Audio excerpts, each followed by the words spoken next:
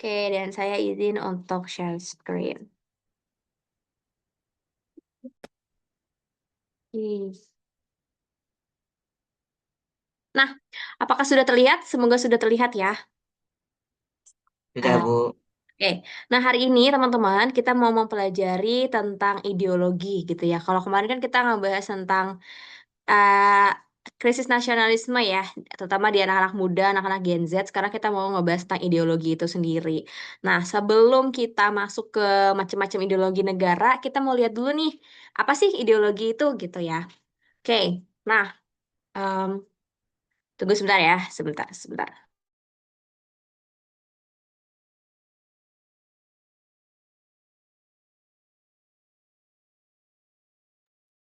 Oke, nah kita masuk. Sorry tadi saya harus ini. Oke, nah teman-teman, untuk ideologi sendiri itu apa? Kita lihat. Untuk etimologisnya sendiri, ideologi itu terdiri dari dua kata ya teman-teman, dari bahasa Latin, yaitu ideos dan juga logos. Ideos sendiri adalah ide, logosnya itu adalah logika gitu. Nah, jadi kalau misalkan ini diartikan gitu ya, ini bisa kita artikan sebagai gagasan yang masuk akal atau cita-cita yang realistik begitu. Nah, kalau misalkan kita uraikan lebih lanjut ya, ini tuh ideologi seperti apa dan menyangkut apa saja. Jadi untuk ideologi sendiri, dari ideos dan logos itu teman-teman bisa artikan sebagai kumpulan gagasan, kumpulan ide, kemudian keyakinan-keyakinan, kepercayaan yang menyeluruh dan sistematik menyangkut apa saja.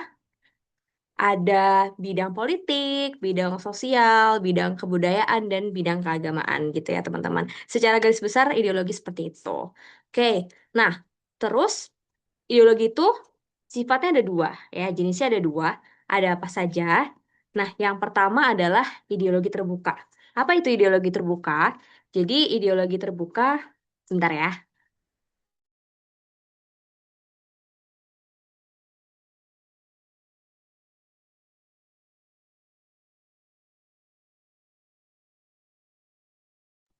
Oke, kita lanjut. Maaf.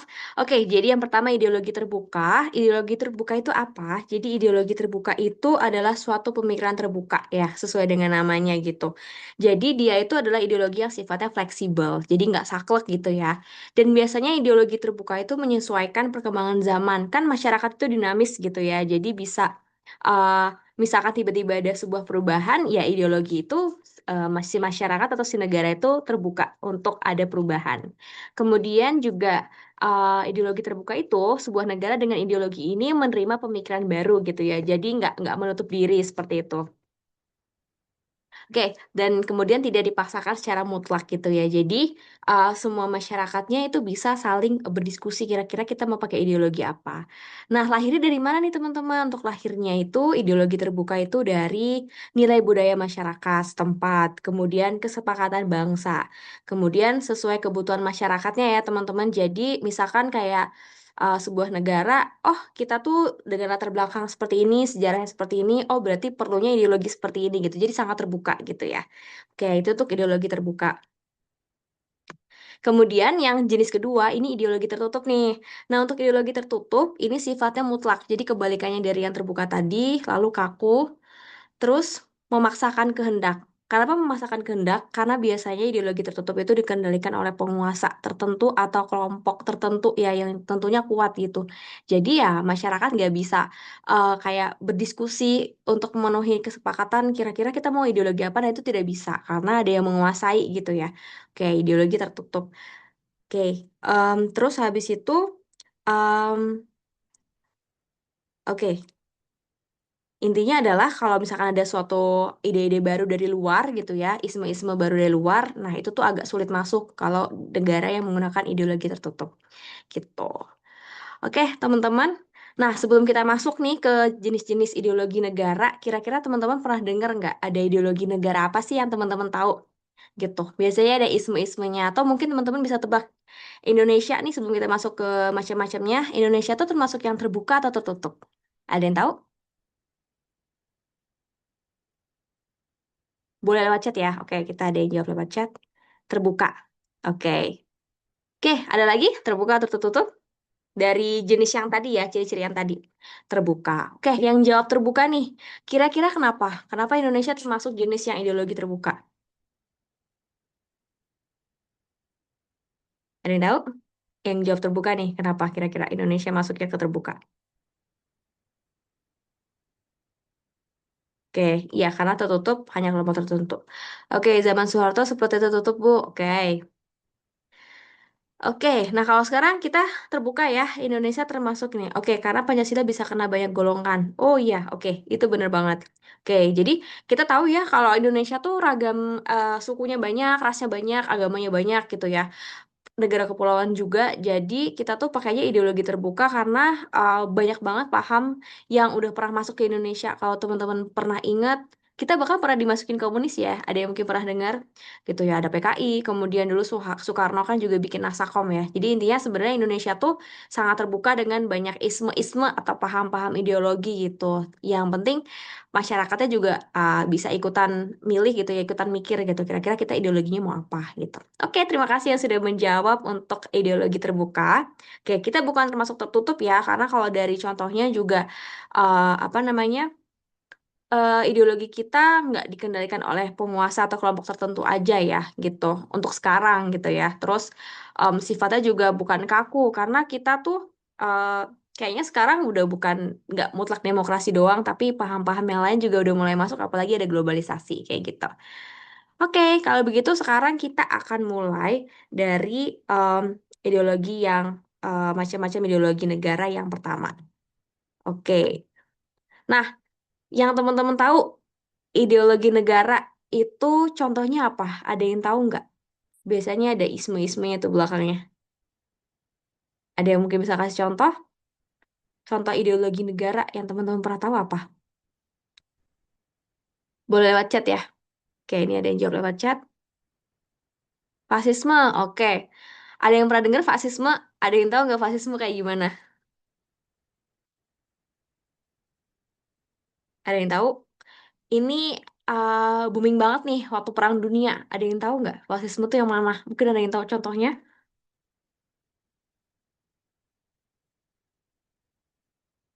Jerman, oke, benar, Jerman Nazi ya. Fasisme sendiri itu lahirnya yaitu setelah Perang Dunia Satu kan, terus ada paham ini di mana mereka tuh menjanjikan sih sebuah apa ya paham yang menjanjikan nanti tuh pokoknya masyarakatnya bakal oke banget lah gitu ya, bakal sejahtera dan lain sebagainya. Cuman emang ini tuh ekstrim banget. Jadi sebenarnya fasisme tuh kayak eh, nasionalisme tapi yang terlalu ultra ekstrim gitu, sangat ekstrim. Jadinya dia ngerasa kalau misalkan yang nggak sesuai standar mereka nih, sesuai nasionalisme mereka, mereka bisa ngelakuin hal yang ya yang di luar batas yang seharusnya gitu ya. Oke, yang teman-teman tahu ya yang dilakukan oleh Nazi apa gitu ya, yang ada Holocaust dan lain sebagainya. Oke, betul. Terus ada komunisme, ada yang pernah dengar komunisme? Yang teman-teman tahu nih, komunisme apa ya? Uni Soviet, oke oke, Uni Soviet betul. Satu untuk semua, oke, betul betul. Oke, komunisme seperti itu ya, demokrasi ya kita lah ya. Terus ada liberalisme, oke. Kalau semua untuk satu, oke. Kemudian ada sosialisme juga nih sama Marxisme gitu. Banyak ya, ada kapitalisme dan sebagainya. Pokoknya yang isme-isme atau paham dan ide konsep gagasan ini adalah contoh-contoh ideologi negara ya yang dipakai sama banyak negara di dunia gitu ya. Oke, nah sekarang kita coba kepoin nih ada ideologi negara apa sih. Nah yang kita akan bahas malam ini juga nggak mencangkup semuanya, tapi ini yang paling sering dibahas gitu ya. Oke. Oke, kalau begitu kita mulai dari yang pertama, yang tadi teman-teman sudah sebutkan, ada yang sudah sebutkan, yaitu ideologi liberalisme. Kalau dengan kata liberal, teman-teman kepikirannya apa? Kayak gimana liberal tuh? Atau mungkin bisa kasih contoh negaranya yang liberal gitu. Teman-teman kepikiran apa kalau liberal? Silakan. Ada yang mau memberi pendapatnya? Kayak ini ada di chat. Liberal. Kebebasan, oke. Ada yang bilang bebas. Ada yang bilang Amerika, Amerika ya. US, oke, AS. Oke. Oke, good. Terus habis itu Inggris. Oke. Oke, untuk contohnya udah benar, terus bebas kebebasan. Oke, sesuai dengan namanya ya, liberal. Nah, sekarang menuntut adanya HAM. Oke, good. Oke, sekarang kita bahas ya. Benar yang teman-teman tadi sebutkan, itu sudah mencakup beberapa poin terkait liberal. Jadi liberal itu sebenarnya dulu tuh lahirnya di zaman Kerajaan Inggris ya tahun 1200-an gitu. Mungkin teman-teman pernah dengar piagam apa tuh Magna Carta gitu. Jadi kan kalau Kerajaan Inggris tuh kayak ngatur semua lini dalam masyarakat gitu ya. Tapi dengan adanya Magna Carta itu paham ini muncul, terus akhirnya mereka kayak membatasi ya udahlah kita nggak mau terlalu cawe-cawe lah dalam bahasa ininya ya, cawe-cawe ke kehidupan pribadi masyarakat gitu. Nah, ciri-ciri liberal tuh kayak gimana sih liberalisme? Ya, bentar. Oke, yang pertama kebebasan individu sangat dijunjung. Jadi negara itu nggak mau terlalu ikut campur urusan masyarakatnya ya, maksudnya termasuk urusan pribadi gitu. Jadi masyarakat diberikan kebebasan individu. Lalu tadi teman kita sudah ada menyebutkan tentang HAM ya atau hak asasi manusia betul menjadi prioritas. Jadi gimana caranya negara tuh ya memberikan hak-haknya yang layak ya untuk masyarakatnya gitu. Tapi intinya negara memberikan hak-hak yang layak, tapi negara nggak mau ganggu apa namanya kepentingan si masyarakatnya tuh ya, yang kepentingan pribadi itu nggak mau diganggu. Kemudian negara tidak mencampuri kehidupan pribadi seperti yang tadi kita sudah katakan dan biasanya sistem ekonominya kalau si liberal ini biasanya pakai pasar bebas gitu. Nah, kalau pakai pasar bebas nih, teman-teman mungkin pernah dengar kapitalisme. Ada yang tahu nggak sih kapital itu apa? Kapitalisme. Ada yang pernah dengar kapitalisme? Ada yang pernah dengar? Ini zaman now nih, ini banyak banget nih kapitalisme tuh kayaknya di mana-mana ya. Ada yang tahu kapitalisme?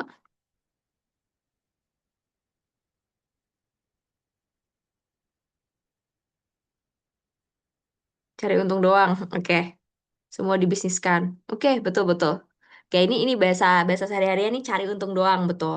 Nah, jadi teman-teman, kita kan tahu nih konsepnya liberal ini adalah mereka itu dibebasin gitu sama negara, jadi nggak dicampurin kehidupan pribadinya gitu. Nah, jadi sebenarnya kalau secara kelebihan sih kebebasan berekspresinya jadi oke ya. Terus inovasi berkembang cepat, demokrasi kuat. Tapi kekurangannya nih karena ada sistem ekonomi pasar bebas juga, akhirnya kesenjangan sosial tuh bisa terjadi gitu ya, bisa tinggi. Soalnya kan ini jadi individualis nih eh, masyarakatnya, karena kan negara nggak terlalu mau ikut campur, jadinya apa namanya kompetisinya jadi sangat ketat. Kemudian lahirlah tuh si kapitalisme itu. Jadi ya udah masing-masing kalau yang dia emang berinovasi ya makin kuat ekonominya, kalau yang lemah dia makin tertindas gitu ya teman-teman. Betul tadi bener cari untung sendiri. Gimana caranya semua tuh didasarkan pada profit atau keuntungan seperti itu. Nah, untuk contoh negaranya, betul tadi teman kita sudah ada yang menyebutkan Amerika Serikat dan juga Inggris gitu ya. Kebanyakan negara-negara barat ya. Salah satu contoh yang liberal lagi adalah Korea Selatan. Kalau teman-teman tahu Korea, karena Korea Selatan sebenarnya kiblatnya juga Amerika Serikat ya, jadi dia juga termasuk liberal gitu. Oke, nah terus habis itu liberal itu biasanya dia juga sangat erat hubungannya dengan sekulerisme gitu. Ada yang pernah dengar sekuler nggak? Sekulerisme. Ada yang pernah dengar? Pernah tahu sedikit sekuler?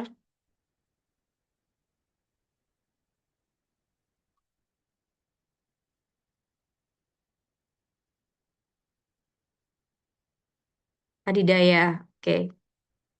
Oke, jadi sekulerisme itu apa ya?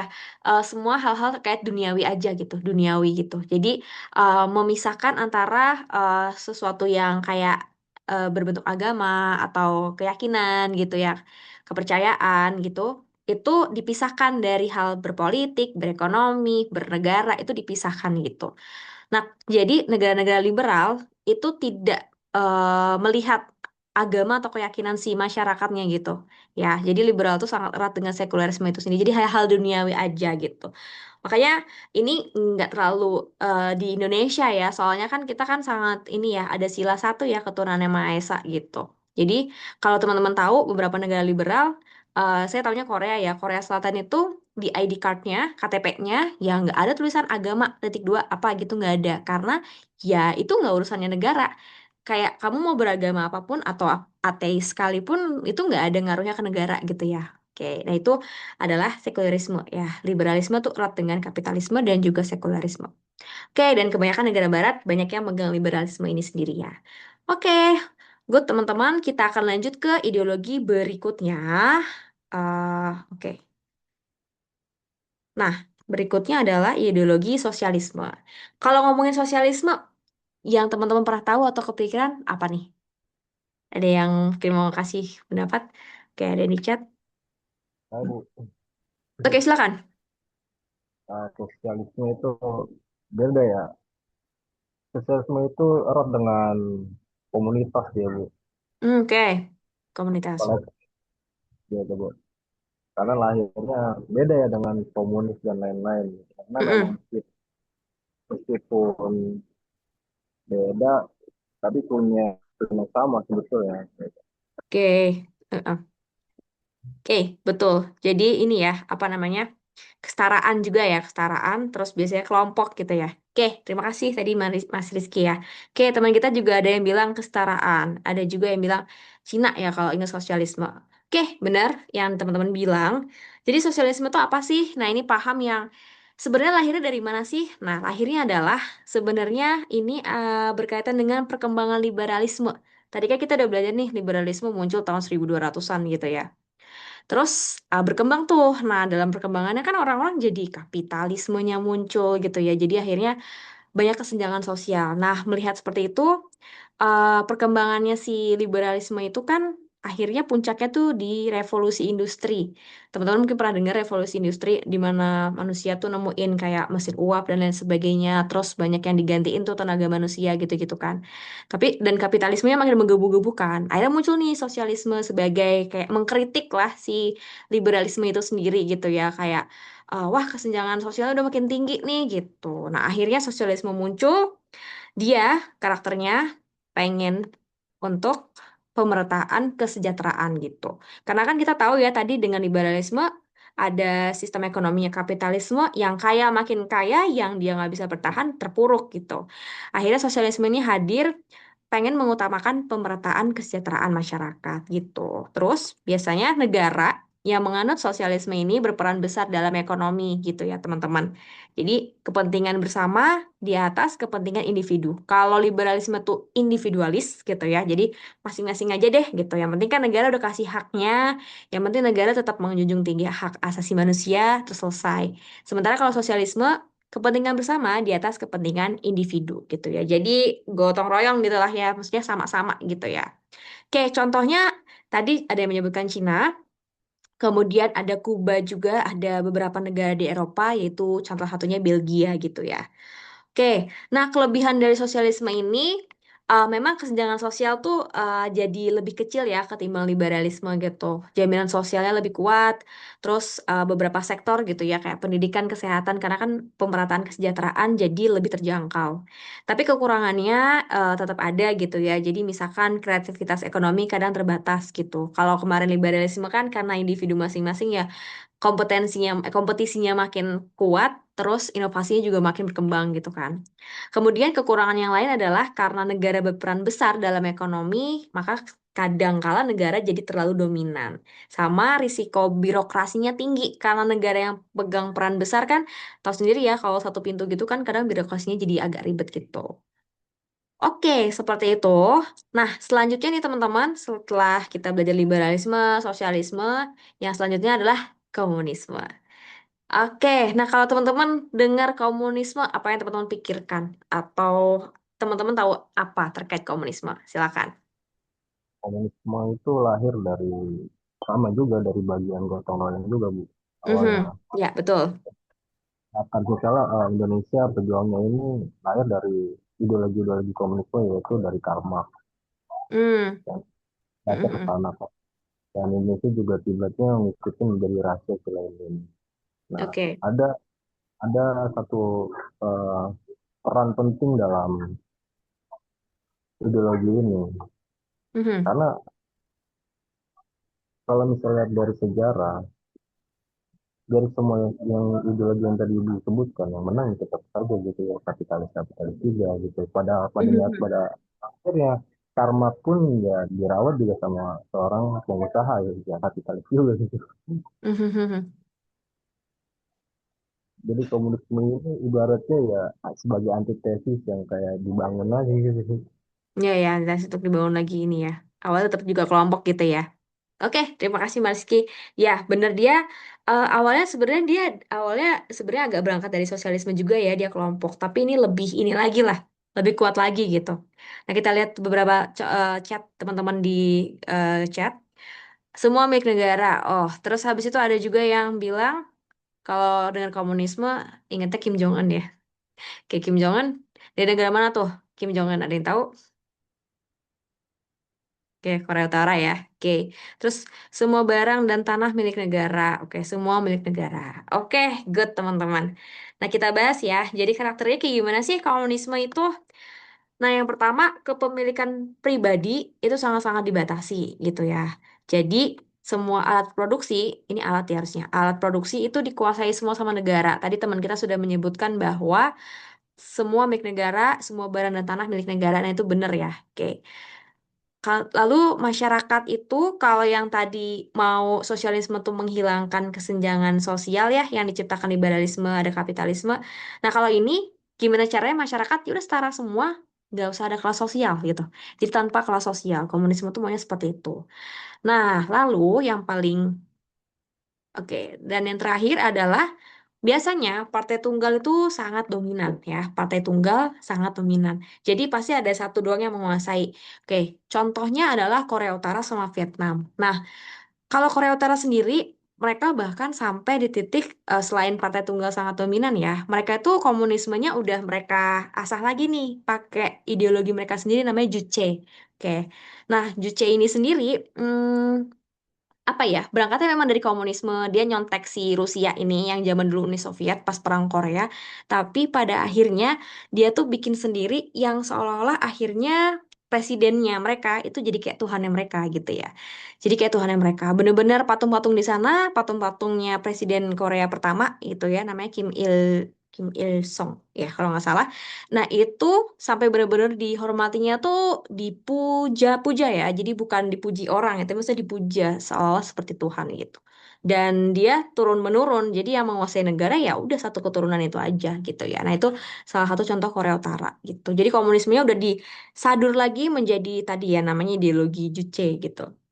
Oke, nah komunisme ini teman-teman memang tujuan utamanya dia pokoknya menekankan kesetaraan ya. Pokoknya gimana caranya nggak boleh ada kelas sosial gitu. Dan semuanya terpusat di satu pemimpin yang dominan gitu ya. Jadi kontrol ekonomi misalkan itu terpusat. Tapi kekurangannya apa teman-teman? Kira-kira ada yang tahu nggak komunisme itu kalau negaranya bentuknya begini pakai ideologi ini, kekurangannya apa nih kalau kita tinggal di negara komunis? Ada yang mungkin mau menyebutkan? Nggak ada kebebasan karena Oke, semua nggak ada dipaksa. kebebasan. Iya, betul. Nggak ada kebebasan ya. Karena kan emang ditekan. Ada lagi teman-teman? Kreativitas warga masyarakat kurang, Mbak. Bu. Kreativitas ya. Ya. Iya, betul. Kreativitas pasti kurang ya. Karena iya gimana kita mau berekspresi juga ditekan gitu ya sama pemerintahnya gitu. Negara lama berkembang, oke. Nah, teman-teman pernah dengar lihat cuplikan tentang Korea Utara? Bagaimana negaranya itu di Pyongyang di eh, ibu kotanya aja itu tuh kayak old style banget gitu. Jadi kayak lah tahun 80-an 90-an gitu look like-nya gitu ya. Nah, memang kayak seolah negara lama berkembang gitu ya. Gak bisa kabur dari negara. Oke, kalau se ekstrim Korea Utara, iya itu emang agak susah ya. Oke, nah tadi benar. Jadi kebebasan individu terbatas. Terus teman-teman mau ngeritik pemerintah kira-kira boleh nggak di negara komunis? Siap tembak dan Tidak Kalau bisa, Korea Bu. Utara, kenapa? Tidak bisa, Bu. Oke, susah ya. Susah, tidak bisa gitu ya. Nggak boleh gitu ya. Karena berita, betul, berita sendiri, media massa, media cetak, berita gitu, semua itu dikontrol sama pemerintah gitu ya. Oke, bahkan kalau negara komunis kayak Korea Utara, itu dia, em, kan isinya semua propaganda gitu. Semua tontonan dan lain sebagainya itu propaganda gitu.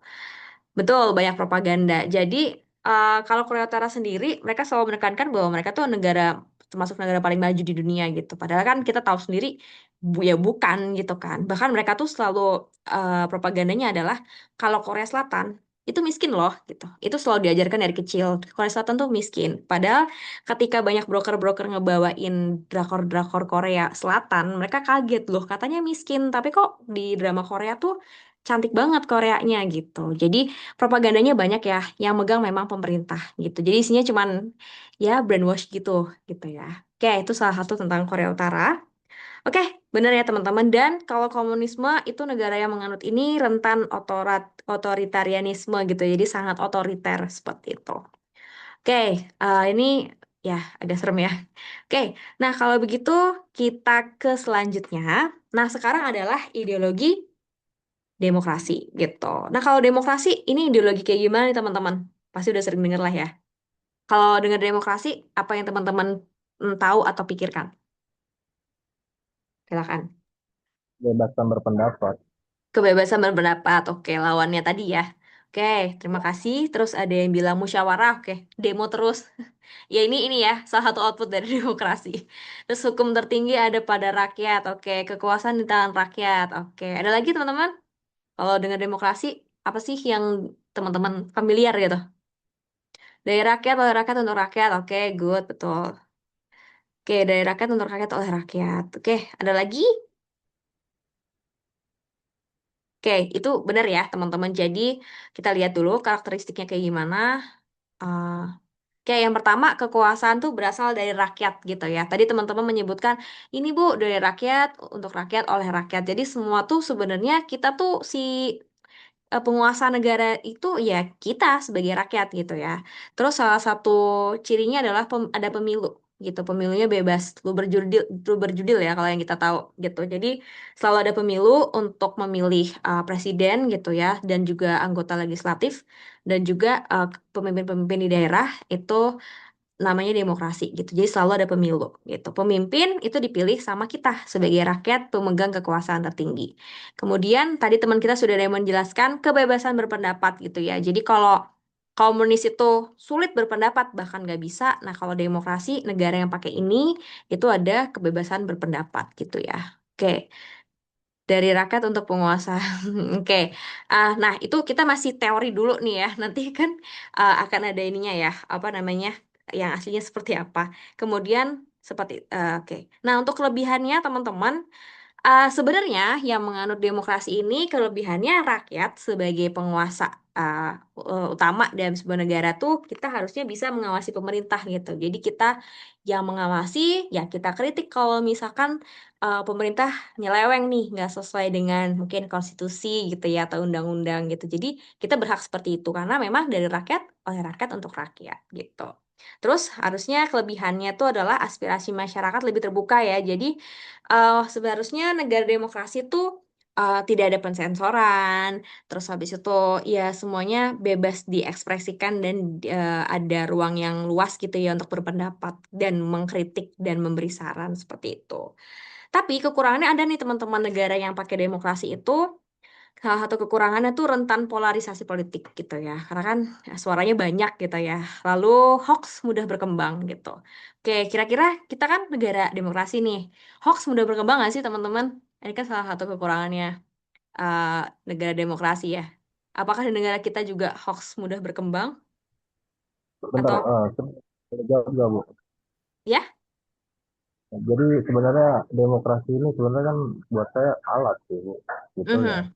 Oke. Nah, karena misalnya contoh kekuasaan berasal dari rakyat, ada istilah yaitu ketika suatu negara seperti Deus Mortalis, yaitu layaknya Tuhan. Nah, Hmm. negara sudah mati, ya, yang hidup itu ya masyarakatnya, warganya, presidennya yang mengelola negara kan. Nah, Mhm. suatu teori namanya panoptikon, yang dimana panoptikon itu kayak semacam pengawas Hmm. yang bisa kontrol segala, bisa diawasi dari segala macam arah. Dulu tuh panoptikon itu berasal dari penjara yang ada di posisinya tuh kayak apa sih namanya, menara tapi Oh. melingkar gitu. Tapi Hmm. posisi Oke. ada di tengah-tengah kayak mata dia gitu bisa mengawasi. Nah, sekarang makanya kalau misalnya dikaitkan kayak banyak kontrol di negara demokrasi, yaitu ya adalah ketika misal contoh kayak film dokumenter yang lagi viral sekarang ini kayak Pesta babi. ya kan Eh, Mm-mm. itu ambil dari militer militer kan dia itu juga cuma masuk ke otoriter yang tadi dibilang kan. Ya, ya. Jadi dibilang demokrasi kita ya nggak demokrasi banget gitu. Jadi kita sebagai warga negara lebih bingung juga gitu. Hmm, ya ya. Jadi kayak jadi banyak ini ya, paham-paham yang akhirnya kita Nah, ekspresikan gitu ya di negara ini ya gitu. nah negara bisa menguasai suatu media karena dia pemegang hoax yang paling sempurna gitu. Karena semua bisa disetting dari segala macam. Ya, setuju, setuju. Kalau digital imaging kan program komunikasi kan juga bisa dibungkus, mau diapain gitu. Mhm. Jadi hoax itu masih banyak lah. Ya kan ya, jangankan Gen Z gitu. Baby boomer saya juga pasti bisa kemakan dengan hoax gitu ya. Ya, betul, betul. Masih. Ya, oke, benar yang tadi teman kita sebutkan gitu ya bahwa ya hoax tentu saja masih banyak yang justru malah makin berkembang ya karena media tuh bisa dipegang banget ya sama negara gitu. Jadi hoax tuh bisa diciptakan bahkan dari pemerintahnya sendiri seperti itu. Oke, terima kasih atas pendapatnya. Kemudian teman kita ada yang bilang mudah banget jadi gampang diadu domba. Ya, itu ya tadi ya polarisasi politik juga. Oke, nah kemudian untuk kebebasan berpendapat ini banyak ya untuk isu-isu relevan terkait demokrasi, misalkan tadi ya polarisasi politik media sosial, penyebaran hoax politik. Satu lagi ada fenomena yang pasti teman-teman sering dengar kata-katanya itu fenomena buzzer gitu ya. Karena sekarang kan digitalisasi gitu ya. Mungkin kalau zaman dulu kan susah ya buzzer-buzzer gitu karena kan dulu belum digitalisasi ya, misalkan zaman tahun 70, 80, 90 gitu. Tapi kan sekarang ada digitalisasi gitu. Jadi fenomena buzzer gitu ya. Maksudnya penyebaran hoax lewat mana bisa lewat buzzer. Kemudian yang tadi teman kita bilang adu domba itu juga bisa lewat buzzer dan lain sebagainya gitu ya. Oke, akun palsu ya betul. Oke, nah negaranya ada contohnya apa? Ya negara kita sendiri. Oh ya, sorry, satu lagi adanya kebebasan sipil, persamaan hak dan kedaulatan hukum. Oke. Nah, tapi teman-teman apakah sudah merasa bahwa teman-teman sebagai sipil mendapat kebebasan? Apakah teman-teman juga merasakan persamaan hak, kedaulatan hukum, atau sebenarnya ini malah masih susah sih di kita gitu ya? Nanti kita akan bahas juga. Nah, contohnya apa? Negaranya itu Indonesia kita ya. Nah, demokrasi sendiri, ya ini sifatnya nggak tunggal ya. Jadi semua isme-isme atau paham ideologi gitu, negara tuh bisa pakai banyak gitu. Nggak cuman kayak, oh ya Amerika liberalisme doang, titik. Nah, itu enggak. Karena Amerika tuh kan demokrasi liberal ya, sama kayak Korea Selatan. Nah, Indonesia itu demokrasi Pancasila. Jadi kita punya yang kita pegang salah satu ideologi negaranya tuh pakai Pancasila itu ya gitu. Jadi yang ada 5 sila itu, kemudian juga kita pakai demokrasi juga gitu. Jadi demokrasi itu nggak cuman demokrasi kayak kita, tapi ada demokrasi liberal. Jadi Korea Selatan pun dia juga megang demokrasi karena ada pemilu juga gitu ya. Kebebasan berpendapat juga ada dan dilindungi juga gitu. Kemudian mereka juga sangat, menurut saya Korea Selatan tuh salah satu negara di Asia yang dia itu menjalankan demokrasinya lumayan bagus gitu karena ketika waktu itu pernah ada yang dengar Korea Selatan itu presidennya dimakzulkan, mungkin ada yang pernah dengar.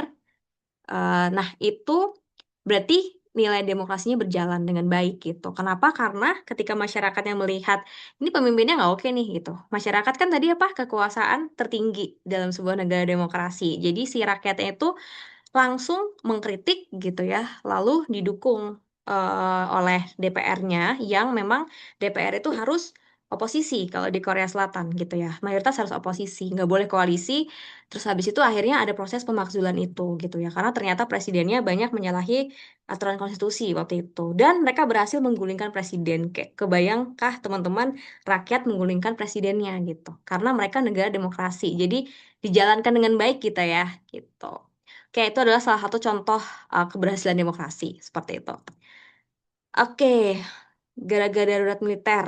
Ya, kemarin itu kalau nggak salah presidennya itu apa ya, pengen darurat militer atau gimana gitu. Pokoknya mengundang militer gitu. Cuman DPR-nya melihat itu tuh tidak seharusnya begitu. Dan masyarakat juga udah kesel aja sama si presiden ini dan si juga mencium bau-bau yang aneh mencurigakan terkait mungkin korupsi atau apa di istri presidennya gitu. Oke, jadi eh eh itu yang salah satu bisa menggulingkan si presidennya itu. Kayak teman kita juga ada yang bilang tahun 98 kita berhasil menurunkan presiden. Ya, itu adalah salah satu juga ya keberhasilan demokrasi gitu. Tadi saya nggak nyebutin soalnya kita cari yang ini dulu, yang baru-baru terjadi gitu ya. Oke, tapi Indonesia juga pernah ini ya, menggulingkan presiden juga gitu. Oke. Nah, itu lagi teman-teman untuk ideologi demokrasi gitu dan ideologi-ideologi lainnya gitu.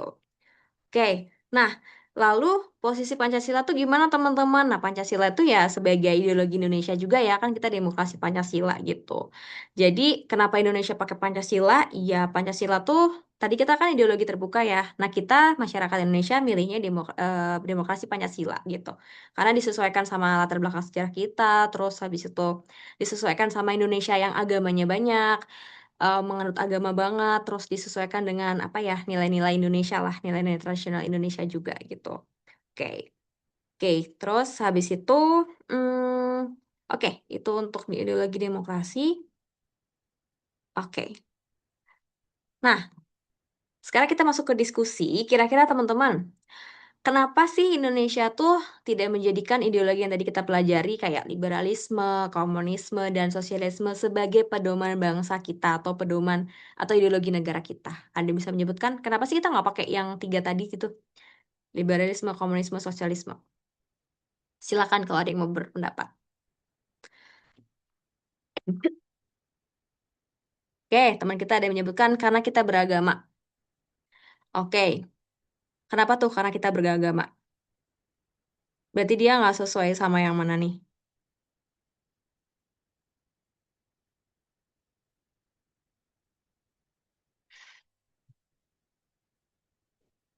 Oke, ada lagi pendapat lain? Teman kita menyebutkan karena kita beragama nih. Ini mungkin bisa disesuaikan sama ini ya. Kayak misalkan liberalisme, kan agama itu dipisahkan ya dari kehidupan bernegara, berpolitik, berekonomi, bersosial gitu. Jadi kita tidak menganut liberalisme gitu. Yang lain Ini ada bisa lagi? Bu, Oke, ya, Bu. silakan. Silakan. Jadi sebenarnya Indonesia ini kan dibentuk di Semarang, Bu. Ya? Nah, Indonesia ini kan pertama awal didirikan kan di Semarang, Bu. Oke, Tokoh ya. Mhm, gurunya Soekarno itu ya kan. mhm, Nah, antara Tan Malaka sama gurunya Soekarno saya juga lupa sih dalam obat ya. Terus ada mhm. nama konsep konsep politik Soekarno yaitu namanya Nasakom sebetulnya, tapi karena Ya, Nasakom digagal tuh. digagal sama si karena Soeharto juga lihat oh ini momen dulu kan ya Mhm, makanya eh, makanya ada Super Semar di situ. mhm, Jadi kalau Nasakom ini bisa terrealisasi kita bisa makmur. Tapi karena itu gagal jadi Pancasila itu cuma sebagai simbolis saja. mhm, mhm, mhm. Makanya ya kenapa kita nggak bisa kayak dari awal tuh sebenarnya udah kayak gak ada ideologi gitu. Hmm, Karena awalnya udah gagal gitu karena antek asumsi AI ini gitu karena IMF waktu itu kayak dilengsarkannya Soeharto itu tahun 98 karena iya ya. IMF kan. Ah, ah, ah. Eh, kalau kata namanya siapa ya Eagle nama belakangnya Eagle Burger Lawrence Mhm. Eagle Burger dia bilang gini bahwa mereka karena mereka mendukung IMF untuk menggulingkan Soeharto. Soeharto. Ada, Mhm. ada juga pemain belakangnya kayak George Soros. Jadi ada banyak faktornya gitu. Hmm, Dari awalnya juga memang udah berantakan sih Bu dari tahun 65 karena Soeharto udah gabung ke CI, udah terjebak lah gitu Bu. mhm, mhm, mhm. Kayaknya jadi nggak bisa diterapkan mengadopsikan ideologi-ideologi lain. Sebenarnya Soekarno itu udah melihat Pancasila itu sebagai falsafah, makanya dia mengadopsikan itu. Mhm. Maka dibuatlah konsep politik yaitu Nasakom, nasionalis agama komunis. Itu perang itu sebenarnya. Perang itu, perang apa? Perang dingin lah itu dalam bangsa satu bangsa itu. Mhm, Karena memang mhm. lahir pejuang-pejuang ya pejuang-pejuang sosialis juga kan dari adanya PKI, Ya, betul. terus tentara ya kan, militer. Karena pun juga kiblatnya kan ke ya Rusia, Karl Marx, Lenin gitu. Marxisme lah ideologi gitu. Marxisme. Maka ketika itu semua dibahas nih, habis semua. Semua pengikut Soekarno pun juga habis. Jadi memang udah nggak bisa gitu dibuat mengapa Indonesia tidak menjadikan ideologi liberalisme, komunisme dan sosialisme. Jadi Mhm. kita ini ideologi pun ya nggak tahu sebenarnya ideologinya apa. Karena dasar ideologi itu harus diterapkan dalam kehidupan sehari-hari. Kalau nggak diterapkan dalam kehidupan sehari-hari, ya hanya cuma sebatas panggung demokrasi Mhm. aja yang ada Mhm. setiap 5 tahun terusan seperti ini. Mungkin sampai kita tua pun juga seperti ini, Bu. Iya, ya. Jadi ada perubahan.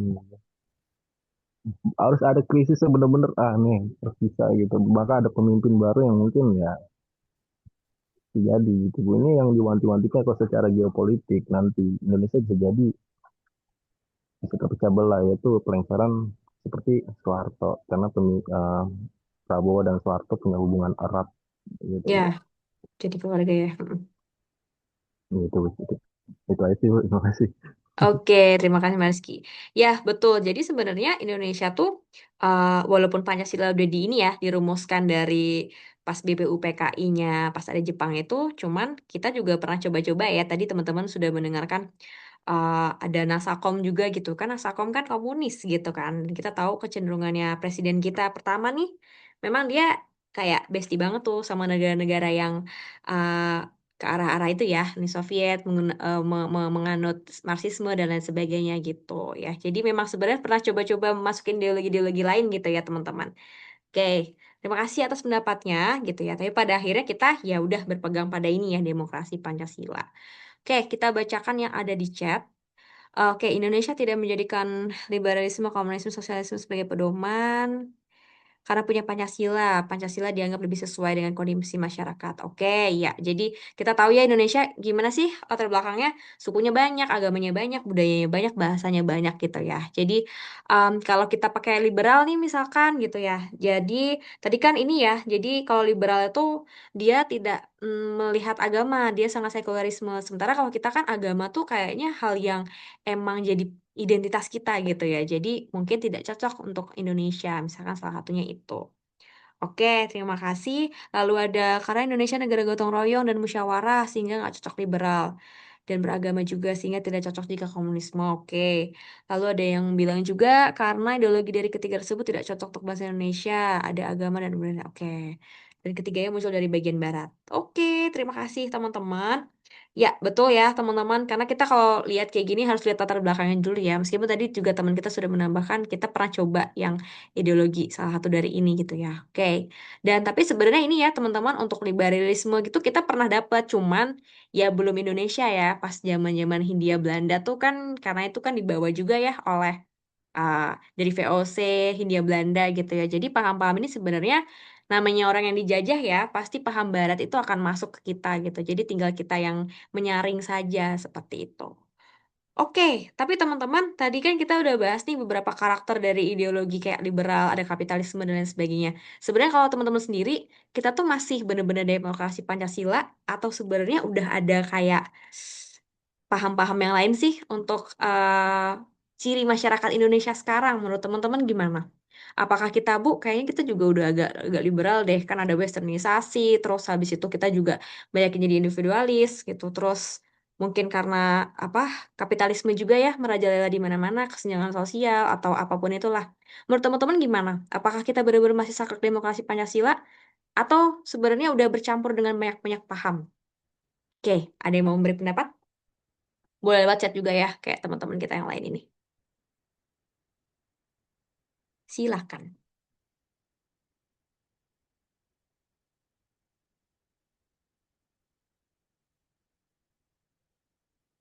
Oke, ada yang mau berpendapat? Kira-kira apakah kita masih benar-benar saklek demokrasi Pancasila atau sebenarnya sudah tercampur-campur? Oke, teman kita ada yang menanggapi politiknya tetap demokrasi tapi sistem ekonominya semakin kapitalis. Oke.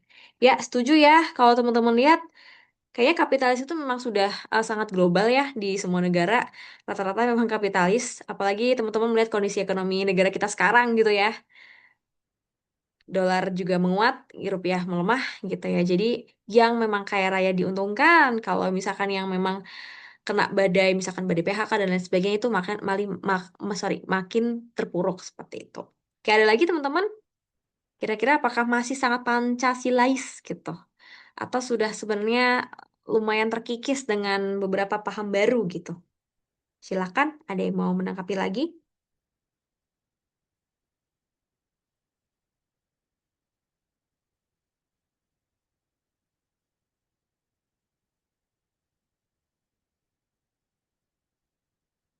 Ada, teman-teman?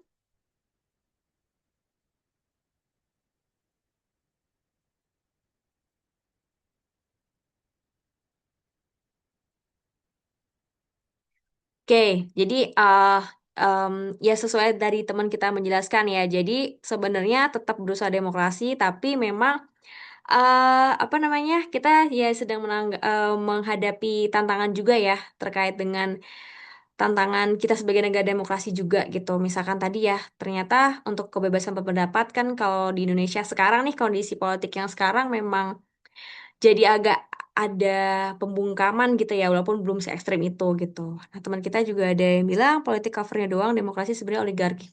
Oke, ya tambah nepotisme, oke.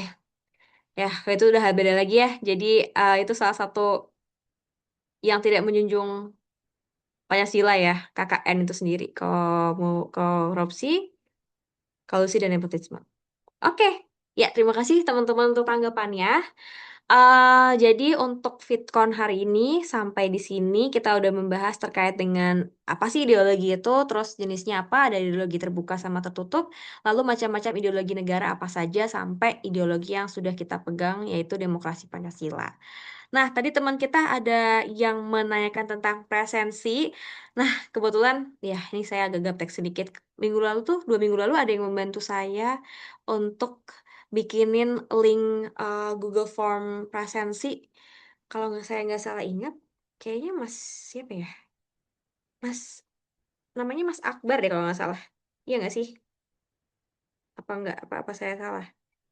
Nah, maksudnya bolehkah saya dibantu lagi untuk membuat Google Formnya untuk teman-teman yang hadir malam ini gitu?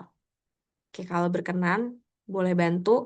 Jadi, nanti teman-teman yang hadir malam ini isi Google Form-nya gitu ya. Uh, nanti saya tunggu seperti biasa sampai jam 21.00. Ah, oke. Terima kasih bener ya, Mas Zaidudin dan Akbar. Thank you, makasih banget bantuannya. Oke, nah silakan teman-teman boleh isi untuk Google Form-nya. Ini saya copy juga ke grup. Jadi teman-teman yang merasa hadir malam ini tolong diisi. Terus saya tunggu sampai 21.00. Jadi kalau lewat itu udah saya download dan udah saya jadikan presensi ya untuk teman-teman hari ini yang datang. Oke, saya izin stop share. Kalau sudah tidak ada pertanyaan lagi, terima kasih teman-teman sudah hadir di Zoom pada malam hari ini.